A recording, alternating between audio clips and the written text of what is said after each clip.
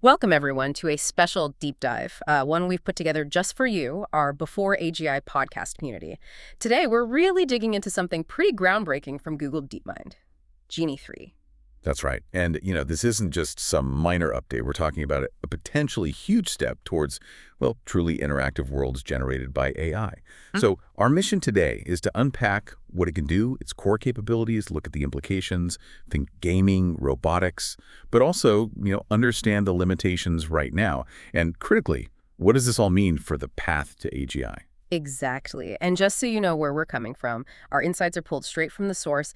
Google DeepMind's official announcements, their technical stuff, expert takes. We want to give you the full picture because for anyone in tech, anyone watching this space, Genie 3 isn't just like a cool demo. It feels like a fundamental shift. A shift in how we might create, interact with AI, even train AI in virtual spaces with, honestly, some potentially huge real-world applications down the line. So let's get into it. What makes Genie 3 tick? Okay, so fundamentally, DeepMind calls Genie 3 a general-purpose world model. What that basically means is you give a text prompt, just natural language, and boom, it generates these diverse, interactive 3D environments. And they really stress this point. What you see, quote, are not games or videos. They're worlds. It's a different way of thinking about it. Not passive viewing, but actually being in something dynamic. That phrase really sticks, their worlds, and I think the killer feature, for me anyway, is the real-time interactivity. We've seen AI generate videos, sure, but Genie 3 creates these environments as you explore. They react instantly. And the tech specs are pretty impressive, right? 24 frames per second, 720p, that's smooth. It is smooth. That 24 FPS at 720p, that's not just a number. It's like the threshold for making interaction feel fluid, feel real. You're not watching a jerky clip. You can actually explore. You're participating. And then there's this other concept, world memory. This is a really big innovation. It allows these generated places to, well, stay consistent for, they say, several minutes. Okay, several minutes. What does that mean practically? Like if I do something? Right, exactly. So imagine you're, painting on a wall in this generated world, or you knock something over. Those actions stick. You can look away, generate more of the world around you, maybe wander off a bit. But when you come back, that paint is still on the wall. The thing you knocked over is still there. Yeah. They say the visual memory holds for up to a minute, which is, again, pretty significant. And this consistency, it's not something they explicitly programmed in. They call it an emergent capability. What's the significance of that? Yeah, that's profound. So unlike other techniques, maybe like NeurFs or Gaussian splatting, which often need tons of real-world scanned data to build, often static scenes, Genie 3's consistency sort of emerges from its training, from its architecture. It's learning to keep things stable on its own, dynamically. It suggests the AI is grasping something more fundamental about how worlds work, retaining state without being told exactly how. It's less about following rules and more about, well, intuitive understanding. Okay, that's genuinely fascinating. It feels more organic. And it gets even more dynamic, right, with these promptable world events. Yes. So this is another layer. You can actually alter the world after it's generated using text prompts like on the fly. So while I'm exploring, I could just type, I don't know, make it rain or add a cat. Pretty much. Yeah. Or add another person. Introduce transportation, maybe something totally unexpected. You can even, change the weather dramatically. Think about what that means for training AI agents.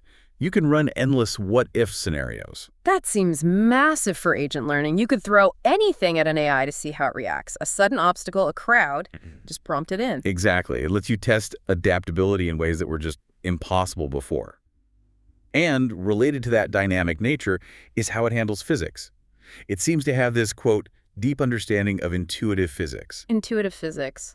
But without a physics engine coded in, how does that work? Can you give an example? Sure. So objects, when they fall or you interact with them, they behave credibly, they fall, they bounce, they interact.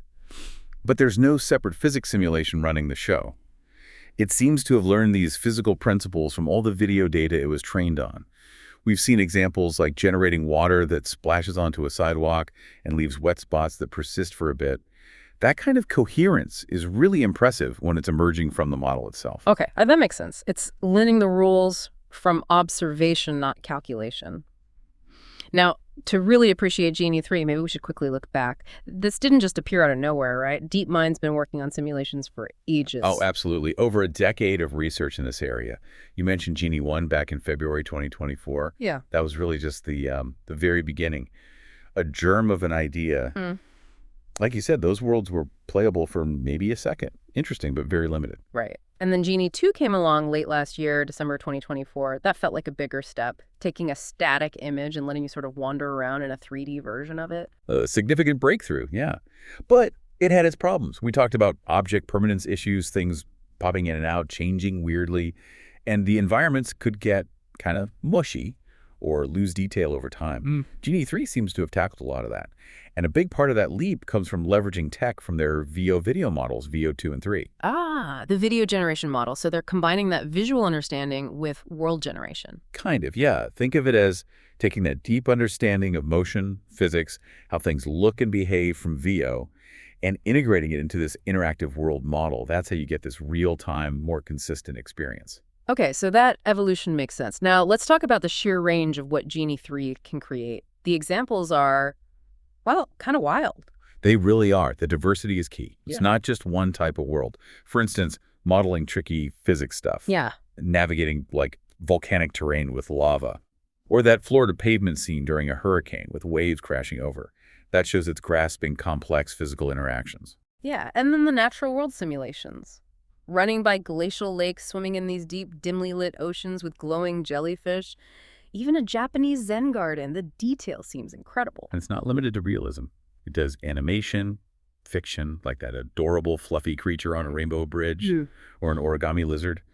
And my personal favorite, the enormous, realistic gorilla draped in a flamboyant, emerald red vest, just wandering through McMansions. Chuckles. Okay, that one is memorable. It's absurd, but shows the creative potential. And it's not just fantasy. It can do real-world locations, historical settings, too, like the Alps, Venice. Yeah, or even reconstructing historical sites, like the Palace of Knossos on Crete, as it would have stood in its glorious heyday, or walking through ancient Athens, seeing the marble architecture. This range, this versatility, it's not just cool demos. It's critical for training those AI agents we talked about. Give them countless different situations. It really starts to feel like that sci-fi holodeck idea, doesn't it? Instantly creating playable levels, letting the user change things. A universe of possibilities, truly. It does have that vibe. So let's pivot to the impact. Beyond cool demos and potential games, what are the big implications here? Well, gaming and entertainment are obvious starting points. You mentioned the holodeck, the idea of instantly creating playable levels, scenes. Imagine infinitely playable games. Yeah. Or that slightly bizarre example they gave, letting users add their own face into Squid Game US edition. So customization, user generation on a whole new level. Right. But the deeper motivation you mentioned is robotics and embodied AI research. Exactly. That seems to be a core driver for DeepMind. Genie 3 offers this, quote, unlimited curriculum of rich simulation environments. It's a way to train agents, like their Sima agent. That's their general-purpose AI for virtual environments, and vastly more scenarios than you could ever collect real-world data for. Because that's the bottleneck in robotics, right? We just don't have enough varied data to train robots for every possible situation they might encounter. Genie 3 potentially generates infinite training data. And they're aiming high with this. Jack Parkerholder, one of the leads, mentioned wanting a Move 37 moment for embodied AI. Yeah, that's a reference to AlphaGo, DeepMind's Go-playing AI. Move 37 was this incredibly creative, unexpected move that baffled human experts. It showed intelligence beyond just mimicking human play. So for embodied AI, they're hoping Genie 3 can help train agents to find similarly novel, effective solutions in the physical world, solutions humans might not have thought of, pushing beyond human data limits. That's ambitious. But they also acknowledge the physics aren't perfect yet. How does that affect training? That's a crucial point. They're very clear. Genie 3 simulations can't guarantee reliability. The physics might be wonky sometimes, but, and this is clever, they can demonstrate unreliability. If an agent fails or does something weird in a Genie 3 simulation because of a physics quirk, it's a flag. It highlights a potential weakness before you deploy it in the real world where failure could be dangerous or costly. It's a safe space to find the breaking points. A safe sandbox for failure. That makes sense. And beyond robotics, education, training. Definitely.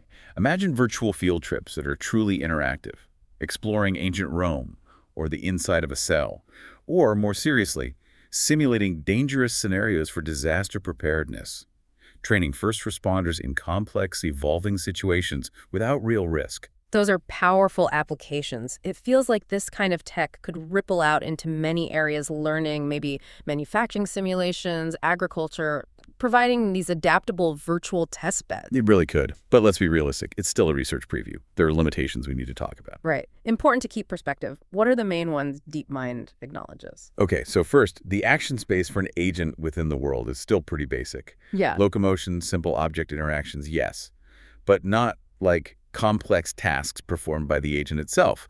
Also, complex interactions between multiple agents, say, having a detailed conversation with another character, that's still a big challenge. It's mostly single-player exploration right now. Okay. And the memory. You said minutes, not hours. Exactly. So the temporal memory span is limited. Things stay consistent for a few minutes, but if you leave and come back much later, the environment might have completely reimagined itself. So, no long-term persistent worlds yet.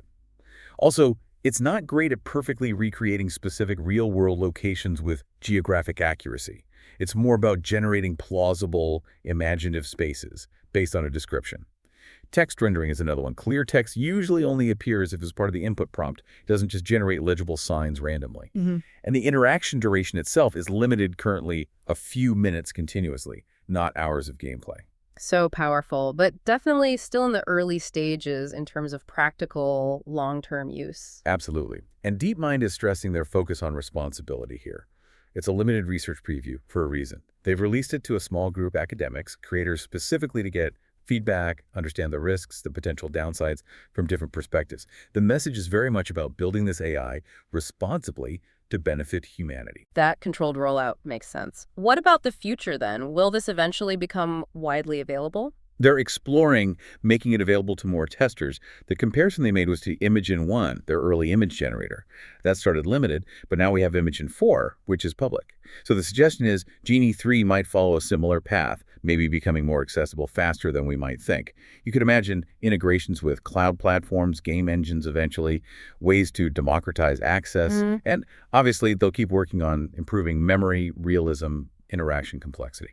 And bringing it back to the big picture AGI, how does something like Genie 3 fit into that puzzle? It's seen as a really key stepping stone because world models like this allow AI agents to learn differently.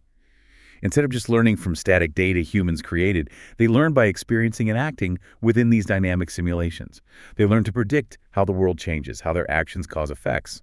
It helps build a more general understanding cause and effect, basic object properties, intuitive physics. It's a step towards AI that doesn't just process data, but builds and maintains its own internal model of reality, maybe like having a lucid dream it can interact with. A lucid dream it can interact with. Yeah. That's a compelling way to put it. So yeah, what we've looked at today with Genie 3, it really does feel like a new frontier, not just generating passive content, but creating living, interactive realities. It pushes the boundaries of AI learning. Absolutely. And it leaves you thinking, imagine a future where any story, any historical event, any scientific idea could instantly become an interactive world to explore. What does that do to learning, to creativity? What happens to our sense of reality when that line between imagining something and experiencing it gets so thin? That's definitely a provocative thought to end on. This deep dive into Genie 3 is really just scratching the surface of where AI is heading. For more discussions like this, diving into the latest concepts and what they mean, make sure you subscribe to the Before AGI podcast wherever you get your podcasts. And hey, if you're interested in more practical tutorials and other AI insights, you can also check out my YouTube channel. That's Ian Ocheng, AIOCHIENG. We're really excited to keep exploring this rapidly unfolding future with all of you.